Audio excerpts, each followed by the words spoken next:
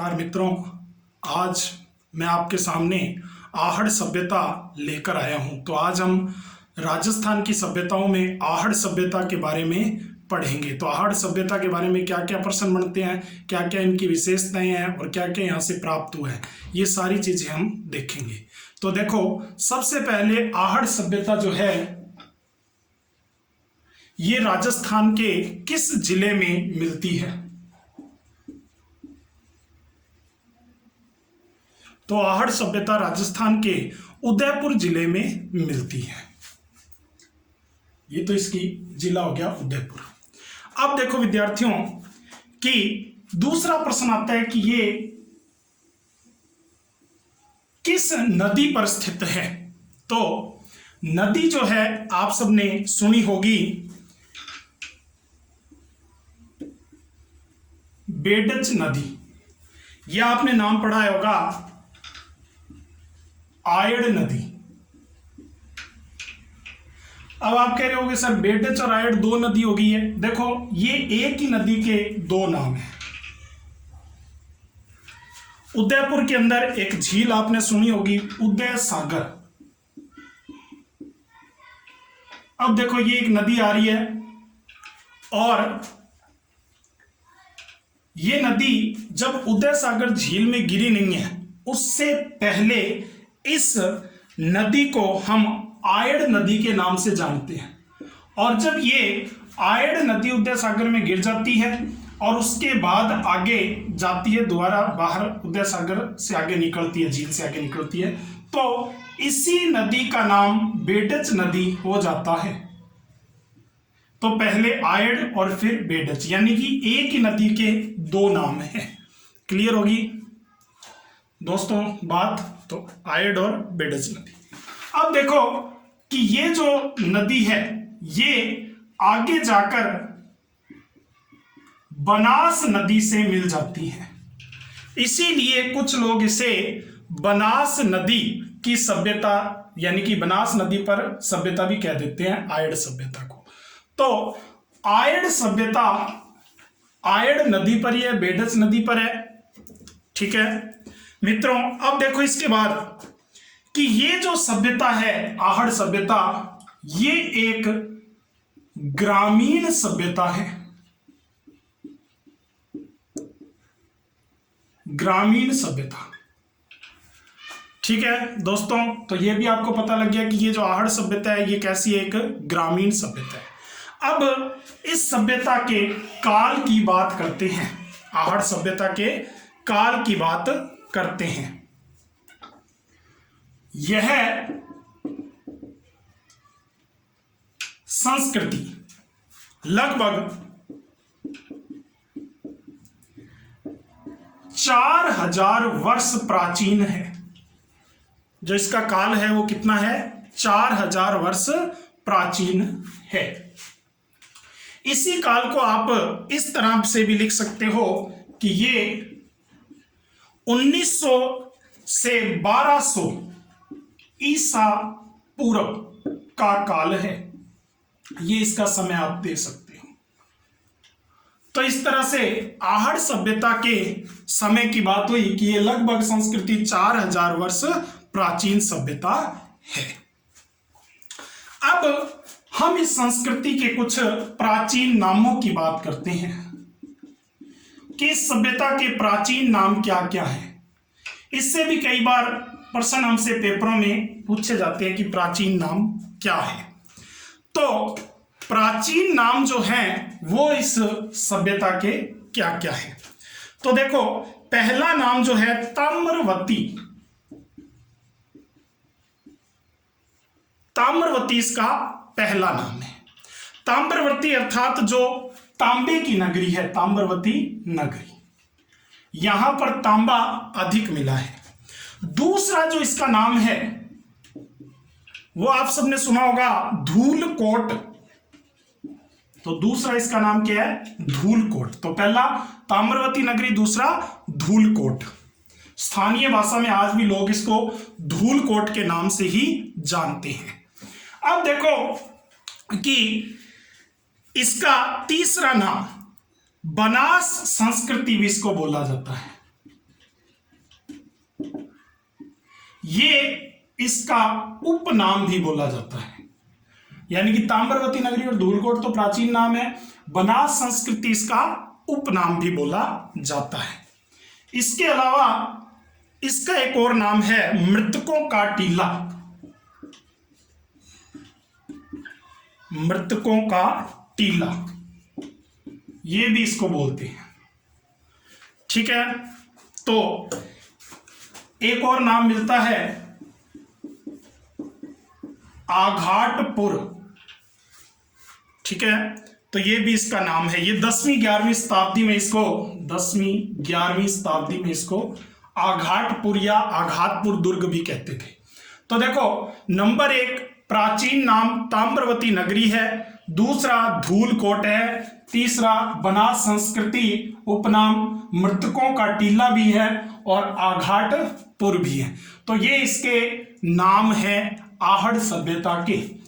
तो नामों के बाद अब हम चर्चा करते हैं कि इसका उत्खनन किस किसने किया। उत्खनन करता, तो ये भी इंपॉर्टेंट प्रश्न है, यहां से भी कई बार पेपरों में प्रश्न पूछे जाते हैं उत्खनन कर्ता के। तो उत्खनन कर्ता कौन कौन से हैं, तो देखो कि उत्खनन कर्ता एक व्यक्ति नहीं है। सबसे पहले एक व्यक्ति आया जिसका नाम था पंडित अक्षय कीर्ति व्यास।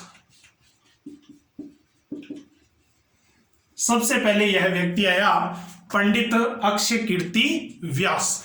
दूसरे नंबर पे जो व्यक्ति आता है उनका नाम है आर.सी. अग्रवाल। दूसरे नंबर पर यह व्यक्ति आए। अब देखो कि इसके बाद तीसरे नंबर पर एक और व्यक्ति आए जिनका नाम है H.D. सांकलिया।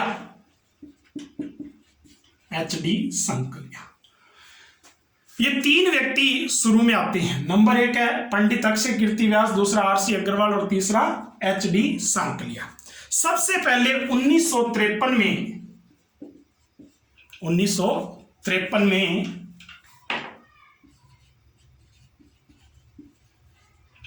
जो आते हैं उनका नाम है पंडित अक्षय कीर्ति व्यास। तो सबसे पहले अक्षय कीर्ति व्यास 1953 में आए।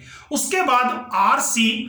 अग्रवाल आए इनके 3 साल बाद, यानी कि 1956 में, 1956 में आए आर.सी. अग्रवाल। अब देखो इसके बाद जो तीसरे नंबर पर है H.D. सांकलिया, ये 1961 में आए थे। 1961 में। तो ये 1961 में आए और ये 1956 में आए और ये 1953 में आए। तो इस तरह से 1953 में पंडित अक्षय कीर्ति व्यास आए, फिर 1956 में आर.सी. अग्रवाल आए और फिर H.D. सांकलिया 1961 में आए। तो ये एक के बाद एक आते रहे। अब देखो इसके बाद जो H.D. सांकलिया, उनका पूरा नाम अगर आपसे पूछ लिया जाए तो इनका पूरा नाम है हसमुख धीरज लाल सांकलिया। हसमुख धीरज लाल सांकलिया। तो ये H.D. सांकलिया के नाम ही ज्यादा आता है, पर पूरा नाम पूछ ले तो मैंने आपको बता दिया है।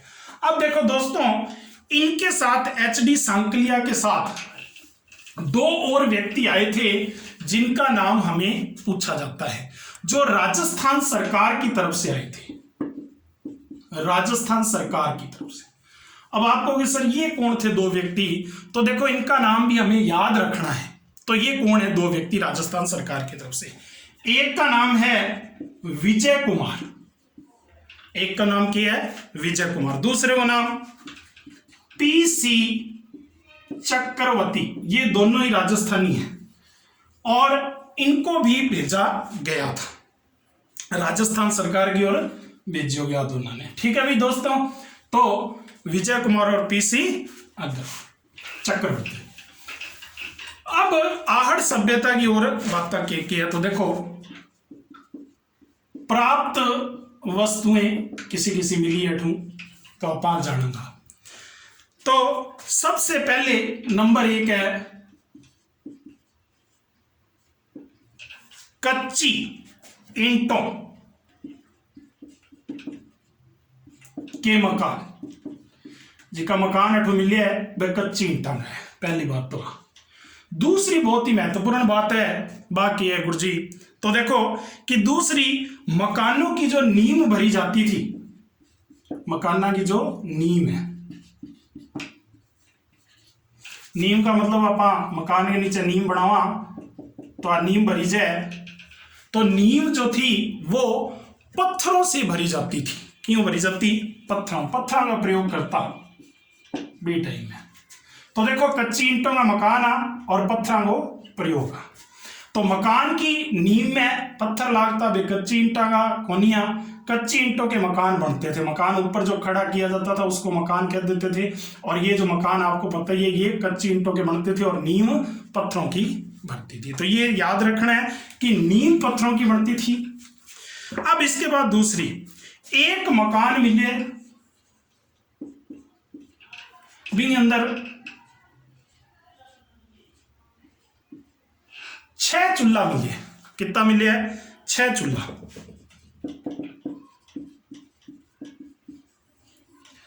संयुक्त परिवार, बड़ो परिवार। अब देखो सबसे पहले मैं थाने बतायो ग्रामीण सभ्यता है, तो ग्रामीण सभ्यता में लोग जाते ही रहे, बड़ो परिवार हो गया अपने, तो 6 चूल्हा मिले अठू।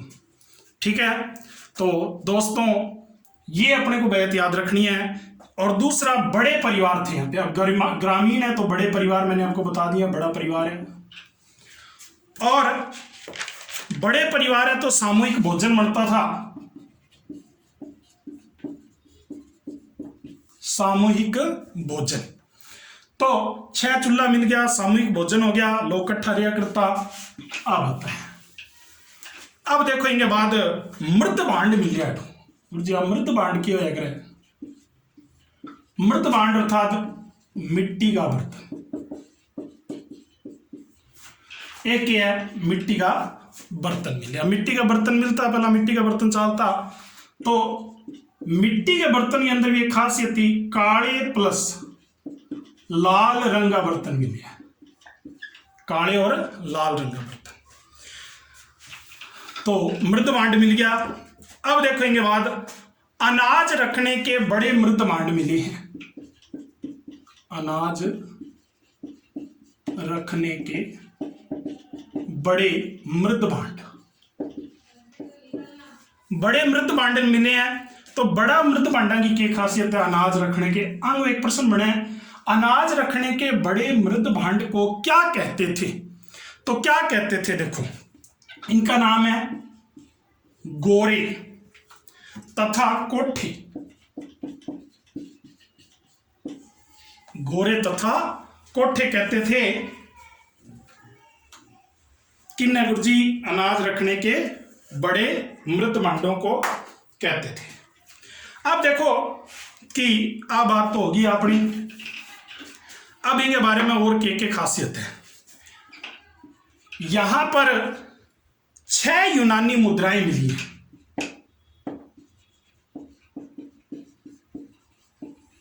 6 यूनानी मुद्राएं मिली हैं। आज 6 यूनानी मुद्रा जी की प्रथम ईसा पूर्व की बताई जाए, इतनी प्राचीन है गुरु जी। हाँ, प्रथम ईसा पूर्व की 6 यूनानी मुद्राएं मिली हैं। इनके अलावा यहां से 3 अलग से और मोहरें मिली हैं। 3 मोहरा मिल गई, 6 मुद्राएं मिल गई। अब आगे ऊपर भी एक प्रश्न बने, एक मुद्रा ऐसी मिली है जिनके ऊपर प्रश्न बन सके। अब गुरु जी की है, देखो सिक्का है, सिक्के का 2 पहलू है, एक हेड एक टेल, 2 आपने एक ही सिक्का है, आगे पीछे का 2 पहलू है। अब देखो कि एक साइड में तो इनके त्रिशूल बने हुए, त्रिशूल की आकृति बनेगी, ठीक है। और एक साइड में अपोलो जिको देवता है, यूनानी देवता, बिंग की है तस्वीर लगेड़ी है। बिंग हाथ में की है तीर है, हाथ में तीर है। और दूसरा बिंग पीछे जिको है वो तरकस लागेड़ है, पीछे की है तरकस लागेड़, हाथ में तीर है, पीछे तरकस है। यूनानी देवता है जो एक प्रकार से सूर्य के बराबर का देवता मान लेते हैं या सूर्य को कह देते हैं, तो अपोलो देवता एक त्रिशूल है। अब देखो कि इस मुद्रा पर यूनानी भाषा में इस तरह से किनारों पर यूनानी भाषा में लेख लिखा हुआ है। यूनानी भाषा में क्या लिखे हुए है? लेख लिखे हुए हैं, वो भी ध्यान रखना। तो प्रश्न बन सके। अब इनके अलावा कुछ और के मिले हैं। और देखो आटा पीसने की, अब रोटी खानी होती तो आटा पीसने की क्या चक्की तो चाहिए, आटा पीसे और खास ही है, तो आटा पीसने की चक्की मिली है। गांव में एक ही होती है उसी के, तो आटा पीसने की एक चक्की मिली है। अब देखो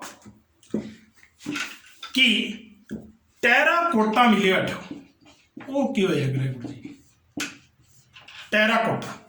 टेराकोटा जी की पद्धति है बा मिट्टी ने सुखा के बनाई जाए पद्धति, गर्म करके और फिर सुखावा है मिट्टी की एक पद्धति है। तो यहां टेराकोटा पद्धति में बैल की आकृति की मूर्ति मिली है, बैल की आकृति की मूर्ति मिली है। अब इनको प्रश्न गुरु जी के बन सके। तो देखो कि बनासियल बुल ओ किन कव है? तो टेराकोटा पद्धति के अंदर जी की मूर्ति मिली है, बिना के कव है? बनासियल बुल। बुल को मतलब बैल।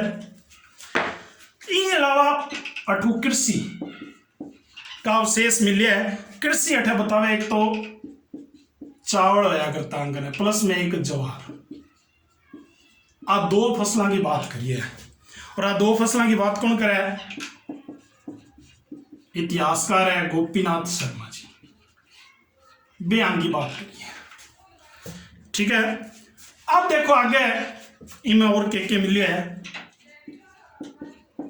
पशुपालन, लोग है तो पशुपालन तो करता ही हो सी। तो पशुपालन देखो किस है? एक तो आपने कुत्तों मिली है, एक हाथी मिली है, ठीक है, और एक आपने गेंडा और मिले हो। गेंडा अठे कठे मिला है, पर अठे मिली है, तो इनको विशेष ध्यान रखना है गेंडा को। हाथी, कुत्ता और गेंडा, पशुपालन। अब इनके बाद देखो और चक्रकूप पद्धति। गुर्जिया क्यों है करती चक्रकूप पद्धति? तो देखो कि मकानों के अंदर जहां पानी आ जाए ज्यादा,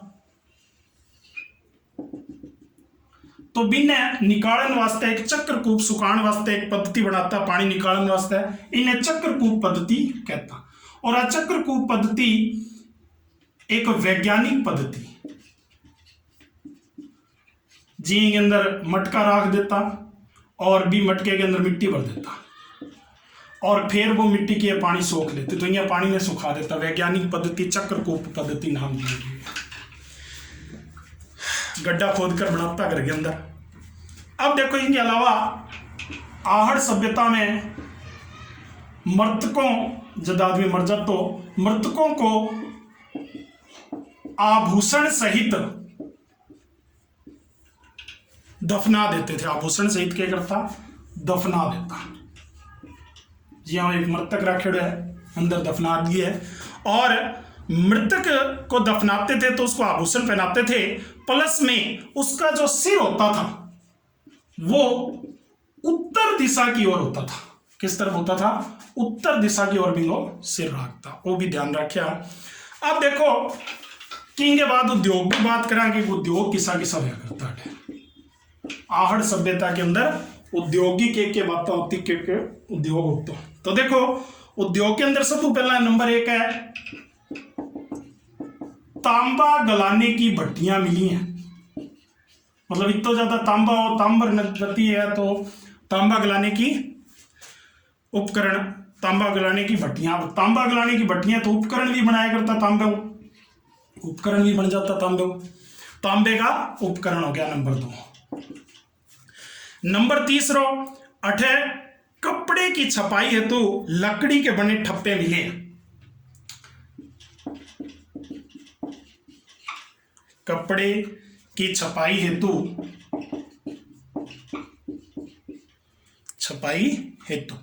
लकड़ी के बने लकड़ी के बने ठप्पे, आ भी ध्यान रखिए, ये भी मिले है। इनके अलावा एक हड्डी का चाकू मिले, चाकू है अंग्रेजी आपने करे तो हड्डी को बनाए चाकू मिले है, तो भी बिक्या करते हो। मिट्टी को एक तवो मिले है, चक्की आटा चक्की पहला मिल गई, तवो अब मिल गयो। फिर देखो इनके अंदर और एक विशेष बात और बतानी है उद्योग के अंदर कि एक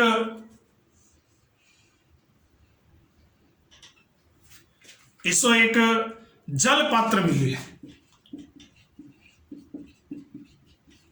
और ये जल पात्र के हाथों को नहीं, ठीक है। और ये ईरानी सभ्यता से बिल्कुल मिलता है, इसको कैसे ईरानी सभ्यता में भी मिले, ईरानी बलूचिस्तान वगैरह में वो मिले है जल पात्र। इनके अलावा छोटा प्याला भी मिले है, बर्तन ईरानी शैली में। तो इससे पता लगता है कि ईरान से क्या होता था, व्यापारिक संबंध थे, व्यापार किया करता, वो भी पतो लगा है। अब इनके बाद गुरुजी और कोई खास बात, आहड़ सभ्यता में तांबा मिली है, लोहा भी मिली है, ठीक है। और तीसरे नंबर पर कांसो भी मिली है, कांसो मिल गया, तांबो मिल गया और लोहा। अब देखो अठे एक और प्रश्न बनाया कि गुरुजी अठे चांदी को नहीं मिली। आप प्रश्न पेपर में पूछे गए कि आहड़ सभ्यता में किससे संबंध नहीं है, चांदी से। तो चांदी यहां प्रमाण नहीं मिले है, और बाकी सबका प्रमाण मिले है। तो तांबा लोहा और कांसे के प्रमाण मिले हैं, तांबा लोहा और कांसे के प्रमाण मिले हैं, लेकिन चांदी के प्रमाण नहीं मिलते हैं, ये भी आप ध्यान रखना। अब देखो कि आहड़ सभ्यता को खत्म किया हो या विनाश किया हो गया, तो इतिहासकार गोपीनाथ शर्मा जी लिखे है कि आहड़ सभ्यता का विनाश प्राकृतिक प्रकोप के कारण हुआ। तो आप आते हैं आहड़ सभ्यता के बारे में। अब देखो कि आहड़ संस्कृति का एक नवीन स्थल खोजा गया है, वो भी एक प्रश्न बना है, बहुत बार ऐड है, बालाथल। एक नाम पढ़े उसी बालाथल। बालाथल जी को है उदयपुर के अंदर, ये आहड़ संस्कृति का नवीनतम अवशेष स्थल है। तो प्रश्न भी बन सका है बालाथल, और बालाथल है वल्लभ नगर, और वल्लभ नगर कठा गुरु जी वही उदयपुर। तो आहड़ संस्कृति का नवीनतम स्थल, यहां भी तांबे के आभूषण मिले हैं, कृषि मिली है, शिकार मिली है, सारों की है, पशुपालन है। लेकिन एक अठा जरूरी प्रश्न बनाया जिसको पेपर में आ सका है, 11 कमरों का विशाल भवन भी मिला है, मतलब 11 कमरों में बड़ो मकान मिले है। तो संयुक्त परिवार हो, बड़ो परिवार हो, तो इतना बड़ो कमरा 11 कमरा हो सके, कोई बड़ी बात को नहीं, लेकिन वो विशेष ध्यान रखना है, इन्हें ध्यान रखा। तो बालाथल मिले है उदयपुर के अंदर ही, आहड़ सभ्यताओं संबंधित प्रश्न है, तो इनको भी ध्यान रखा। तो अगर आपको ये वीडियो पसंद आए तो इसको लाइक करें, शेयर करें और नोटिफिकेशन के लिए सब्सक्राइब करें। धन्यवाद।